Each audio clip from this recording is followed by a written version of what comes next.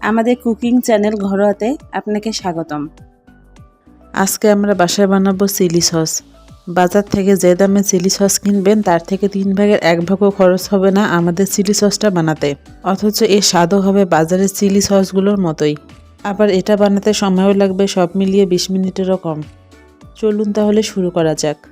Chilli sauce বানাতে আমাদের যেসব উপকরণ লাগবে সেগুলো হলো চিলি ফ্লেক্স 2 টেবিল চামচ।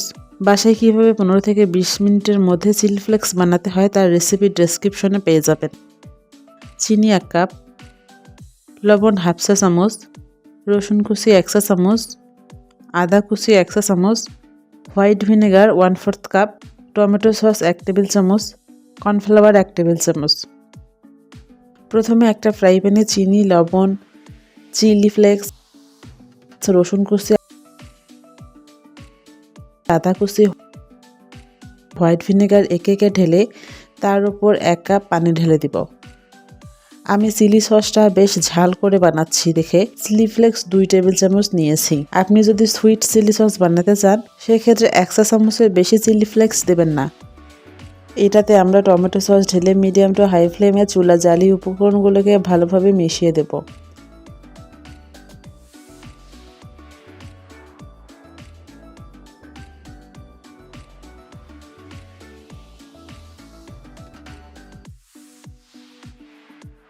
যখন এরকম বলক উঠবে তখন 1 টেবিল চামচ কর্নফ্লাওয়ার 2 টেবিল চামচ পানির সাথে গুলিয়ে নিয়ে ফ্রাই প্যানে 1 হাতে ঢালবো আর 1 হাতে ভালোভাবে নাড়াবো।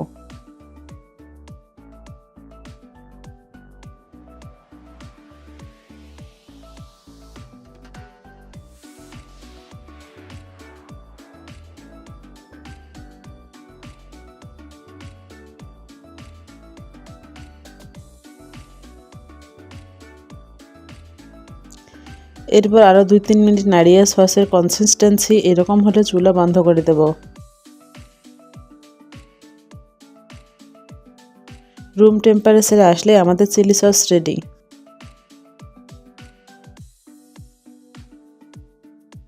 ভিডিওটি কেমন লাগলো কমেন্টে জানাবেন। ভালো লাগলে অবশ্যই লাইক ও শেয়ার করবেন। এরকম মজাদার খাবারের সহজ রেসিপি মিস না করতে চাইলে আমাদের চ্যানেলে সাবস্ক্রাইব করুন ও বেল আইকনে ক্লিক করুন। পরের ভিডিওতে আবার দেখা হবে।